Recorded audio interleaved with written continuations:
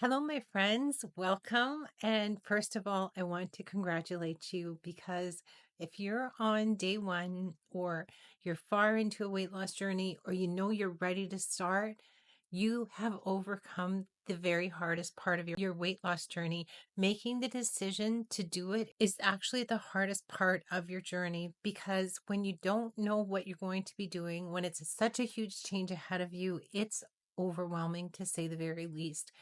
I know where you are. I know what it feels like. I've been there. 200 pounds ago, I was terrified at the thought of changing my eating habits. I was in absolute fear, thinking I could never live without the food I was used to. I was in fear of failure. I was in fear of always staying the way I was when I was 350 pounds. But I'm here to tell you if she could do it, so can I. So, today I want to talk to you about something that really hits home with people when you're starting a weight loss journey. As time goes on, these things tend to dwindle away, but for the time being, when you're starting, you need to be able to deal with them. And I want to talk to you about hunger pangs and cravings and what to do about them. So, first of all, there's a big difference between hunger and cravings. Hunger, it's your body giving you a signal that you need to respond to. You don't ignore it when it's true hunger. So, the way to tell if it's true hunger, you can try having a glass of water or an herbal tea and try to kill that hunger. And if it doesn't go away after about 10 minutes, then I'd say you probably need to have a little something to eat. Cravings are a little bit trickier. They sneak through the door with the, oh, wouldn't a bag of chips be so nice? Oh, I think I'll just make a boiled popcorn. And you have this desire. It's not hunger, desire to have food. It doesn't matter whatever's triggering you. It could be boredom. It could be that you're having a bad day and you're really stressed. It could be some type of fear lingering, or it could be boredom. It could be that you just saw somebody eating a Big Mac on TV and you want one too. These are all triggers that play on your emotions and on your feelings rather than actual hunger pangs. What do we do when we're having hunger pangs and cravings? So, dealing with hunger was a big thing for me because I ate a lot of food every day. To be 350 pounds, you consume enough for literally three people. Literally three people. So, small people, but still three people. So, when hunger strikes and you're on a weight loss journey, I found that the best way for me to deal with hunger was to stay ahead of it. So I was drinking my 2 liters of water every day and tea on top of that. I drink about 2 teapots, I guess, a day, 1.5 to 2 teapots a day. I would say hydration is definitely the best way to overcome hunger pangs. Have a meal plan. Planning your meals ahead of time is going to give you a schedule that your body will become accustomed to. It will tell you what you're going to have for your next meal instead of reaching for something and thinking, oh, I could just have a bit of this and a bit of that, and maybe I'll make this tonight. If you know ahead of time what you're making, it will help you so much because you're not going to be floundering. You're not going to be guessing. You're not going to be grabbing at things you shouldn't be grabbing at. Make your menu for the full week coming.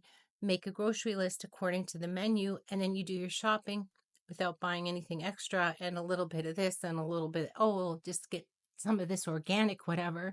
Organic, by the way, does not mean that it's less calories, just in case you didn't know. When hunger does come and you need to have something between meals, make sure you're having really healthy snacks. You can have Greek yogurt, you can have some berries, a few nuts. Don't go crazy on the nuts because they do have a lot of calories and fat in them, but they're healthy. So have them in moderation, a lot of moderation if it's a snack, like no more than 10.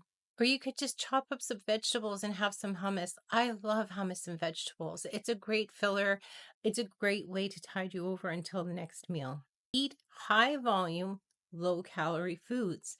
So, vegetables, all the greens you can think of, you can pretty much have as much as you want within reason. I mean, you don't want to have two huge piles of vegetables because, of course, no one wants to be that stuffed anymore. Do you? I don't. I don't like it when I have that much food. I feel bloated and tied down and tired and heavy, and it just doesn't feel good to eat like that anymore. Mindful eating is something you need to be aware of. So, when I talk about mindful eating, I mean eat with purpose. When you're eating your planned meal, chew slowly, experience the texture of the food, the flavor of the food. Take your time. Don't gobble it down like you used to in the old days with the foods you shouldn't be having. With your new foods, appreciate if you're biting into broccoli, the tastes that come out in your mouth. If you're having that cucumber and tomato salad I love, oh my gosh, the burst of flavor is lovely. Be aware of it, be conscious of it. Cut your food into smaller pieces. Put your fork down, pick your fork up, chew slowly, eat from a smaller plate. Try scheduling your meals at regular intervals in the beginning, because if you know you're going to eat at 8 a.m., at 1 p.m., and at 7 p.m., then your body will attune to that and your chances and planning your I want to talk to you a little bit more about cravings, because cravings are tricky. They are kind of twofold. There is the strategy of what you do when you have a craving, but even more important to me is to plan around what you're going to do to avoid the craving when it does come. So, when you're having a craving, it was always an alarm bell to me. It meant, uh oh, something's going on inside me, because I'm not craving comfort food without needing to be comforted. I'm not having an emotional eating moment without really saying to myself, what's going on anymore.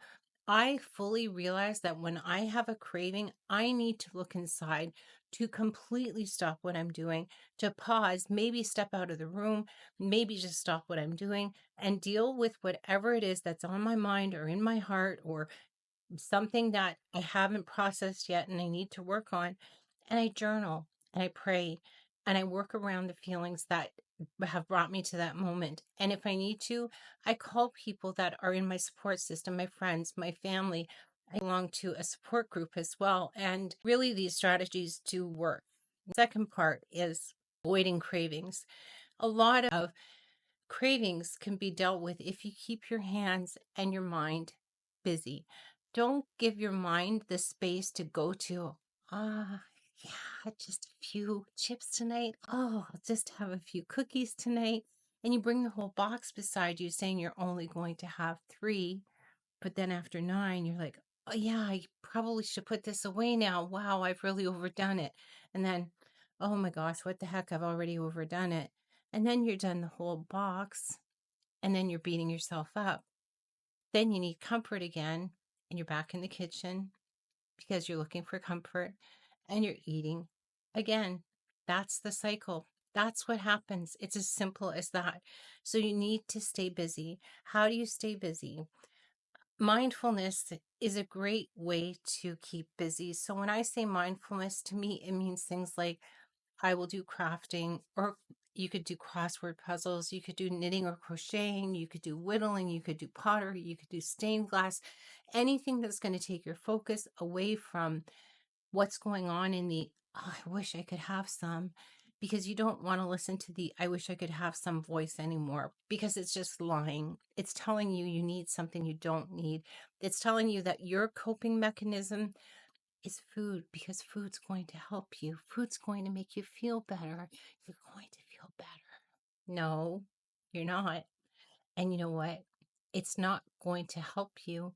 It's just going to sit on top of your body, someplace you don't want it to sit, and take you hours and hours of exercise or weeks of dieting to get back off of you again. It's a liar. Food lies. Food lies. It's a liar. It's not ever going to comfort you. It's not going to make you feel better. You just feel guilty, and then you're back to eating again.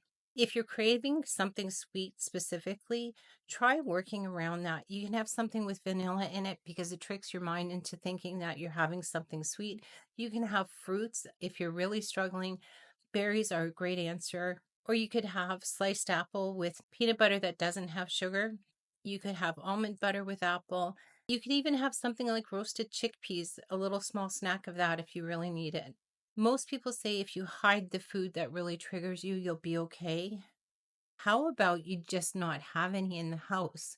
How about you don't let anybody bring that stuff into your house. And if your family members are not on this weight loss journey with you, usually if you talk to them, they're pretty good about saying, "Hey, mom, you know what? I'm so happy you're doing this. Don't worry, I've got your back. I'm not going to have anything around." That was my case. And then when they finally did bring something, it would be, "Hey, mom, I bought some cookies, but don't have any because you're not allowed to."